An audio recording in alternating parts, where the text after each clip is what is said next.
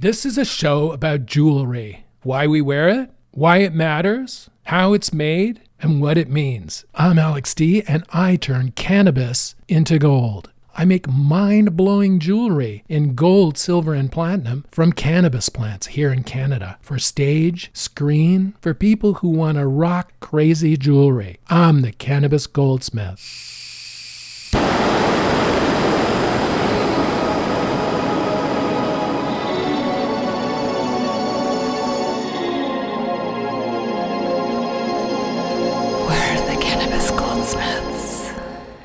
Well, what did I tell you, Europe?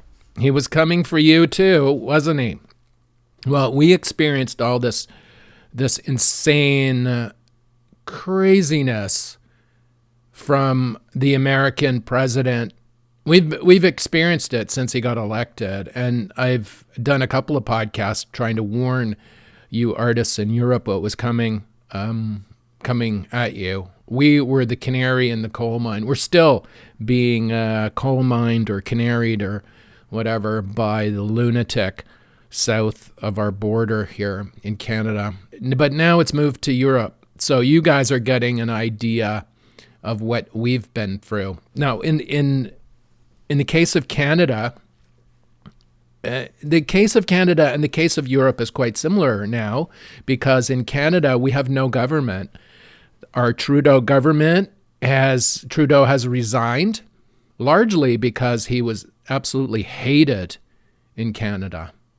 He's been in power for 9 years, but he won't leave. So he's resigned, but he won't leave. He wants to pick his successor.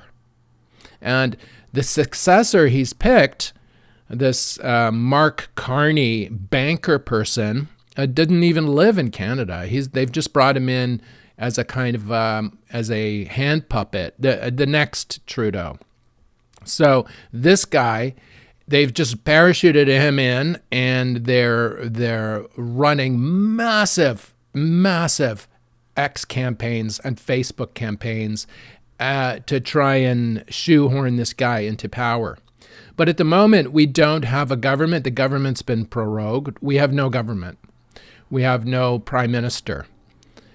Any kind of response to U.S. Trade tariffs or any kind of U.S. actions against Canada, which are coming, which have been coming and are coming. In fact, we're in a war situation. The United States has essentially declared war, economic war on Canada. So here we are, but we have no government. Now in Europe, it's similar because you guys in Europe, my listeners in Europe, you have a bunch of countries, but you have no one leader. You have Ursula, and then that's about it. But you need a leader. Oh, and then you have NATO, which the Americans are part of. You need to develop some kind of structure with a leader that's Europe-based, so that you can face off against the United States. Otherwise, they'll do whatever they want. And as they're doing whatever they want with Russia now around your backs. It's like they will do whatever they want with Canada.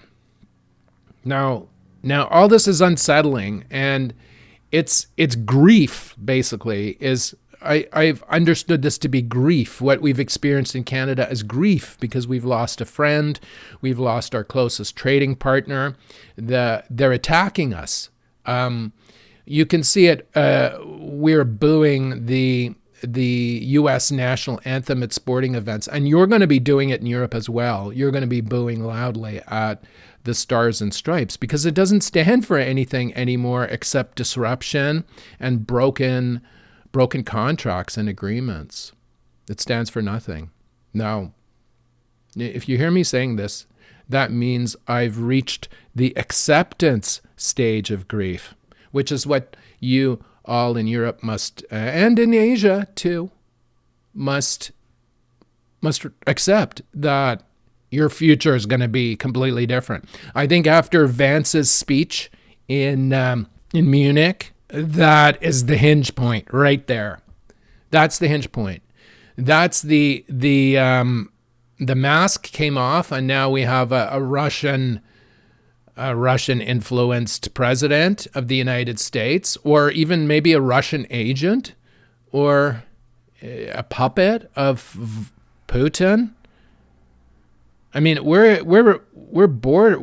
Our border is with these people, so it's unsettling for us. But I'm sure you are now experiencing what we experienced 3 or 4 weeks ago, or 6 weeks ago. So what can we do about it? Well, we can't, as artists who feel everything, see previous episodes, artists feel everything. As artists who feel everything, what can we do? Well, we can take off the blinkers. We can see what's going on around us. We feel it, but we must also see it. Now, it's scary. I know, it's scary. I'm here right now. I can see the Americans across the river here. God knows what they're going to do. Will they send drones or tanks over to take over Canada? They could do that. I'm certainly not ruling it out. Right now we have no government. They could come over here and take us down in a day, 2 days. 2 days, max. But the thing is, what would happen after that? And there would be resistance in Canada.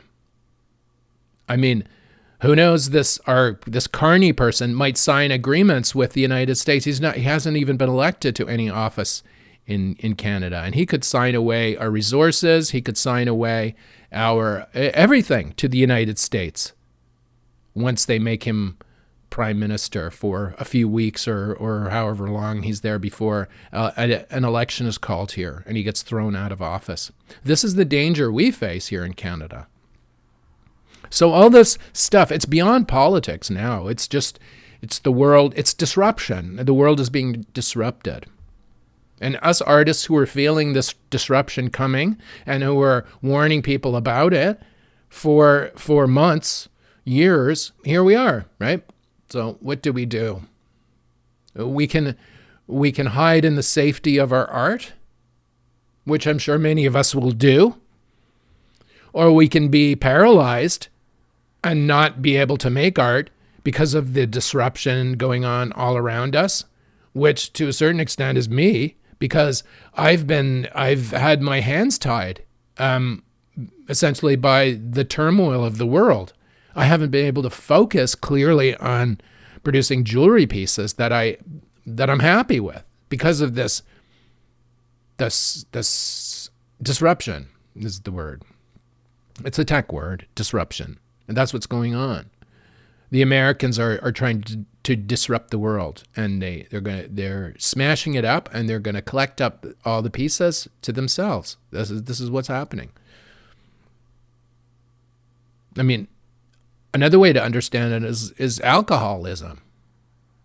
You know, we all have a friend who has a few drinks, or even just the first drink, and they turn into another person completely. They turn into this animal or this creature that you don't recognize. And that's the United States now. You know? They've turned into this creature that few recognize.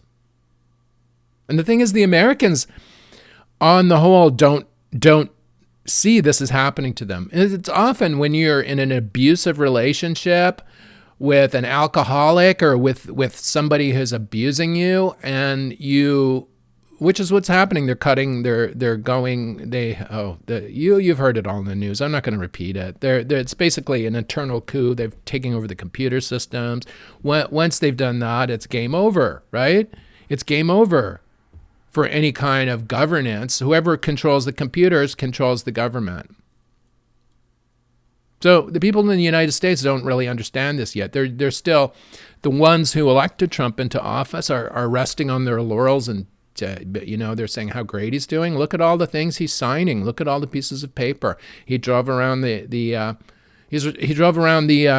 racetrack. It's all imagery and fluff.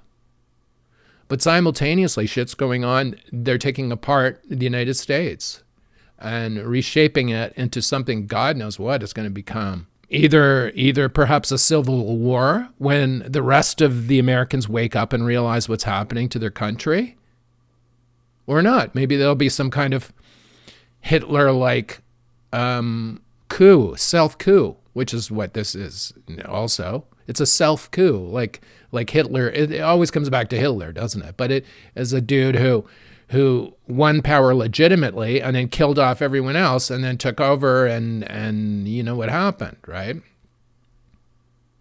There are some things here in our neighbors, the United States, this idea that they want to expand their territory. Well, like I say, they could come up here, and Canadians are afraid of that. And there was a news show here in Canada I listened to. It's state funded. It's the CBC, Canadian Broadcasting Corporation, and they had some historian on the other day on this morning news show describing how quickly Canada would fall. Now, this is not what we need to be hearing. I'm saying we would fall quickly, but it's the after, which wasn't mentioned on our Canadian broadcasting show. I am actually I chewed them out about it on X. I think they had the guy who's waving the white flag already, right? There'll be people in your country and in Europe and in Asia, in the country you live in, that will want to jump out and wave the white flag right away so that they're not harmed. You know, they're scared, and rightfully so. They're terrified of big America. But I think there's going to be resistance. Here in Canada, if they invade us, there will be a resistance. And it'll come. We have a very big country and the largest undefended border in the world. So one could imagine things like pipelines getting blown up every day, or people going down into the States to cause damage. And you can see that's what would happen. You can see how the Russians thought they could take over Ukraine in 2 days. Even the Americans thought that would happen. And it's been 3 years. And the Ukrainians have fought bravely against the Russian orcs, which the United States are now supporting. The Americans have become orcs, essentially, a new type of orc in the world. So if they come up here, I'm sure people will resist. Now, I'm an old guy, but I'll resist. I won't, listen, I can only move so fast. I'm an old guy, That might be my resistance. Or doing a podcast or a radio program like this where I can encourage people to think about what's actually happening around them, snap out of it, see what's going on, and start making plans to protect yourself and your country against what's coming. You might think I'm overly dramatic about saying we're at war with the United States, but we are. They just threatened again to impose 25% tariffs on our auto industry, which is their auto industry as well. Our auto industries have been integrated over decades. If you take a car is basically made in Mexico, USA, and Canada. All three countries come together to produce our automotive industry. And when one piece of that is missing, or two pieces, it collapses. And the auto industry is a huge player in the U.S. economy. Now, the CEO of Ford has spoken out against this. He said that this would be catastrophic. And sure, it will be catastrophic. But they don't care, you see. They want to destroy, they want to smash everything up. And then when people are terrified, and who will they turn to? The guy who wakes up in the morning and smears brown shit on his face before going out to face America, that's who they'll turn to. It's just strange, isn't it? But as artists, we feel it first. We got all this, didn't we? We understood what was going to happen. long before everyone else. And it's causing us either to not make art or to just bury our head in the sand or just to hope it will all go away. It's not going to go away. It's getting worse. It's getting worse. So what can we do? You know? I can see the whole country here in Canada has gone through, the stages of grief. The stages of grief, if you don't remember, are denial, anger, bargaining, depression, and acceptance. I remember being in a therapy group, I guess in the late 80s. And I remember this woman saying, why can't we just skip all those and just go to acceptance? Like, why do we have to have denial, anger, bargaining, depression? Let's just skip all that and let's go right to acceptance. Oh, God, would it be so easy to do that? Wouldn't it be great if we could do that? Just go right and accept the fact that we're at war with the United States, that the United States is essentially a Russian, whoever's running the country now seem to be Russian operatives, and they're destroying NATO. They're destroying destroying the world, basically. They're smashing it to pieces so that they can refashion it into their own, whatever they want it to be. Look, there's no going to acceptance, but Canada is slowly accepting the fact that this is what's happening. This is what's going to happen, and Europe has to do that too. But they've only just been struck with this, so now they're in the denial phase or the anger phase. They're going to try bargaining with the Americans, but it's not going to work. Then they'll realize that it's not going to work. These guys are fucking insane. The president is insane. You can't bargain with somebody who's insane. So, and who doesn't honor contracts or agreements. So, then you get depressed, right? You say, what the fuck? We're fucked. And then you accept that, and then from there you grow out of it. And it's the growing out of it part that we need to focus on. Once we pass these other stages and we accept the fact that the world, everything has changed. Everything now has changed. Canada's relationship with the United States is permanently altered. It's changed. Europe's relationship with the United States has completely changed. All the structures that were built up over since World War II to keep the world safe, to enhance world trade. The trade component here is important. For artists, for non-artists, the ability to trade with in a frictionless way with other countries is what growth, economic growth, and what cultural sharing is all about. All that is finished now, or it's not finished, but there's so much friction being put in it now with the United States throwing sand in all the gears that it's just, the economies are going to tank here. And the United States is the biggest to fail. They're not too big to fail. They're not too big to fail. And they're tinkering with their own supply in ways that that's going to be very unpredictable.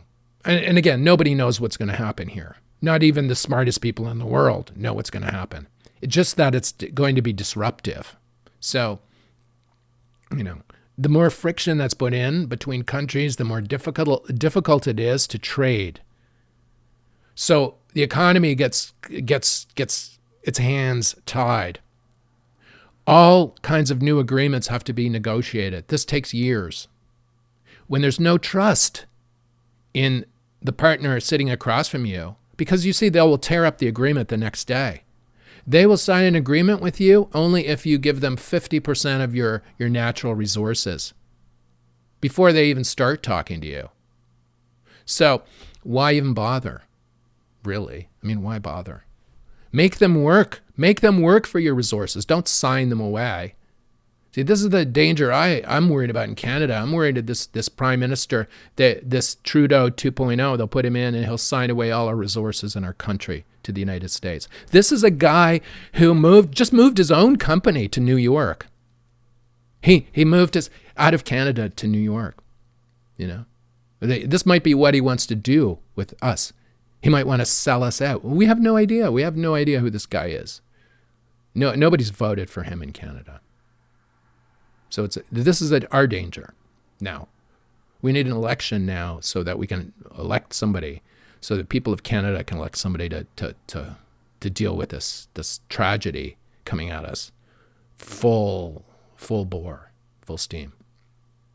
And until we do that, we're fucked. We are fucked. So Trudeau's legacy continues. It's shameful and disgusting. He needs to call an election immediately. In our paralysis here in Canada, we've had a citizen group go to the Supreme Court to challenge Trudeau's prorogation of our parliament. But you see, the prorogation, which is a suspension of parliament, is in effect till March 24th. Now the court has just announced that they're gonna make their decision before then. Now when? March 23rd? Like, this is an emergency, right? But no, they don't want to stick their necks out, because most of them have been appointed by Trudeau anyway. So they don't want to piss him off, no doubt. This is where we are as a country. We're in no better place than you in Europe, where we might be in a very similar place. But we're further away. Well, we're further away from the Russians. We have the new orcs just across the river here that could come across any moment. So we are in a similar place. So I think Canada should be establishing much closer ties with Europe. I've emailed members of our conservative party here, and I said, look, I don't know if you guys can do this, but you should really go over to Denmark. You should be on the plane to Denmark now. I mean, not as a representative of the Canadian government, but because they're the opposition party in our country. But go and establish relationships. That's all. Just go across, get on planes, send some people over, talk to the people in Europe, start making connections, because eventually an election will be called here. You'll be in power, and then you'll be able to hit the ground running. So I've been emailing them about this. I don't know whether they're going to do anything. Nobody listens to me anyway, but I'm suggesting that they must do this. They must send people there and start laying the groundwork for their government when they come into power. No. Now I'm saying not don't do this as an official. They won't be able to do this as a Canadian representative because they're an opposition party. But that shouldn't prevent them from going there and just opening relationships up. Just making sure the channels are open. When they come into power, boom, everything is ready to go. This is what must happen. But no, I don't think it's going to happen. We all have to get on the same page. Now, something else is happening. I feel it out. I'm feeling in the world is the boycott of U.S. products. There's going to be, as I said earlier, there's going to be booing of the American flag, but there's also going to be boycotting of U.S. products. Once the United States slaps tariffs on European products of whatever, 25% or whatever, they've already passed this reciprocal tariff thing so that if the Europeans respond with tariffs on U.S. products, that the U.S. will put the same amount back on. It's just an endless cycle of a downward spiral of increasing costs for consumers. But the only way, really, that the Europeans and the Canadians here, us, can fight this is by not buying the U.S. products in the first place. Like, why should we buy U.S. products if the country is insulting us? So this is dawning on people now. It's happening in Canada broadly, right across the country, where Canadians are looking at the labels very carefully to avoid buying U.S. products. And I've discovered that there are U.S. products here masquerading as Canadian products. They're putting maple leaves all over it, but it's made in the USA because they want to flag wash their products to sell into the Canadian market. Now, if we put, say, if there's a can of soup made in the United States and they put Canadian flags all over it and sell it into Canada, if there's no tariff, if we don't put tariffs on it, that's if we put a tariff on it, then they'll put a tariff on our soup going there or whatever. An endless cycle of lunacy. But anyway, what's happening in Canada is Canadians are not buying U.S. products, and their grocery stores across the country are putting little Canadian flags on the shelf next to Canadian-made products. Canadians are learning about what it means to be a product made in Canada or a product produced in Canada. Canadians are becoming smarter and buying Canadian-made products, European products. And I think what you guys in Europe are going to be doing is buying European-made products or Canadian products. And I think this is why we need to be on the plane talking to you about this right now. Who is going to want to buy U.S. products? Nobody's buying Teslas anymore. Why would anyone want to? Why would anyone want to buy U.S. products when there are perfectly better alternatives that are made locally? Buy local. Buy national. Buy national. This will be a new slogan. The Americans, as they disrupt the world, they have no idea how are they going to sell products. Can you imagine a salesperson, some widget made in the United States? Can you imagine him traveling to Europe trying to sell his widget now after Munich? Can you imagine? Or the American soup salesman coming up here to sell soup, American juice in a can to Canadians by putting maple leaf flags all over it, like trying to flag wash American products in order to sell them in international markets. No, they're clever. But, as people smarten up, there's even apps now that you can point your phone at the barcode and tell where the product was made in Canada. People have released these apps so we'll be able to go into stores and just completely avoid buying American. And if nobody buys American products, then why, why even import them into the country? You don't even have to put tariffs on if nobody wants them. And nobody's going to want them very soon, I think. And it's already happening in Canada.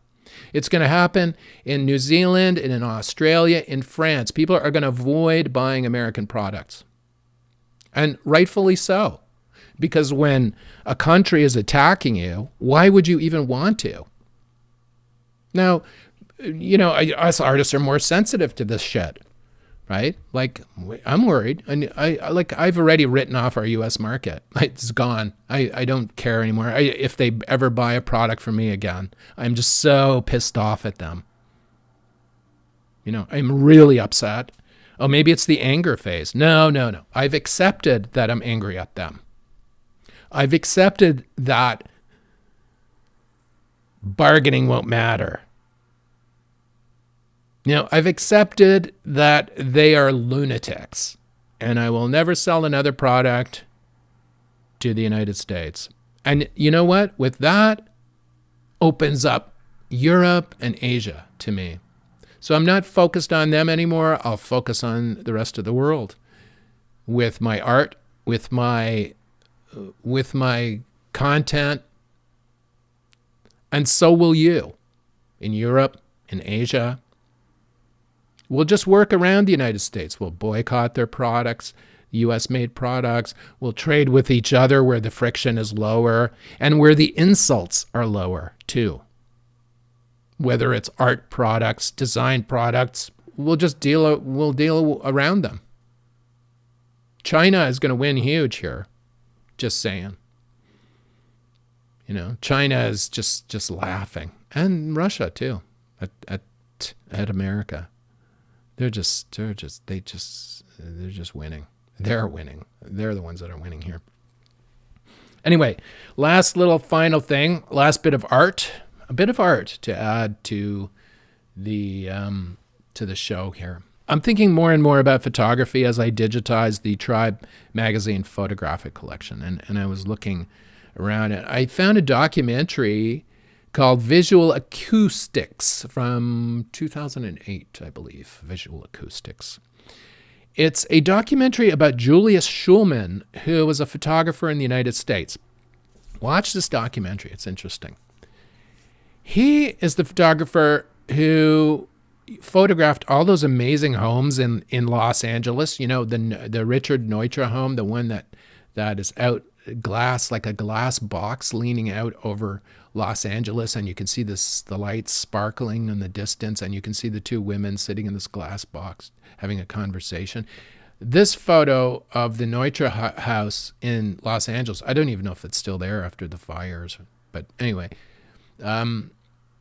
maybe somebody can email me and say if it is, because it would be nice if it was still there. But anyway, this documentary is about Julius Shulman as a photographer and how the relationship between the photographer and the buildings he photographed essentially created modernism. Because if nobody had seen these buildings, nobody would have been talking about them. So his amazing photographs of these buildings that went into like Life magazine and House and Garden and like all the magazines that were popular at the day, and haughty toddy architectural digest, and his amazing architectural photos popularized this style of architecture. And this style of architecture is coming back again. I mean, you'll see it often in American cultural content, but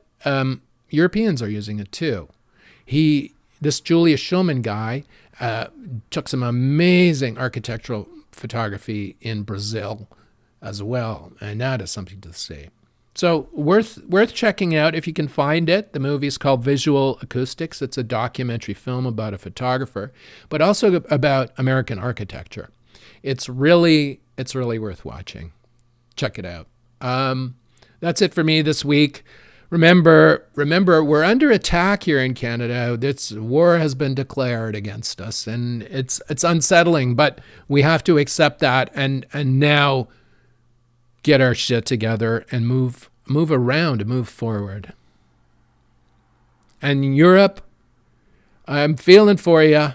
I'm feeling for you, Europe. All you artists and designers in there. I was feeling the way you are now a few weeks ago. Just saying. But look, we have to knuckle down and work around these maniacs. It's all we can do. That's it for me this week. I'll see you next week on the Cannabis Goldsmith. The Cannabis Goldsmith is produced by Tribe Communications, Inc. in the Thousand Islands area of Ontario, Canada. You can see what we do at tribe.ca. Send us an email, alexd@cannabisgoldsmith.com. Thanks for listening, and we'll see you next week on the Cannabis Goldsmith.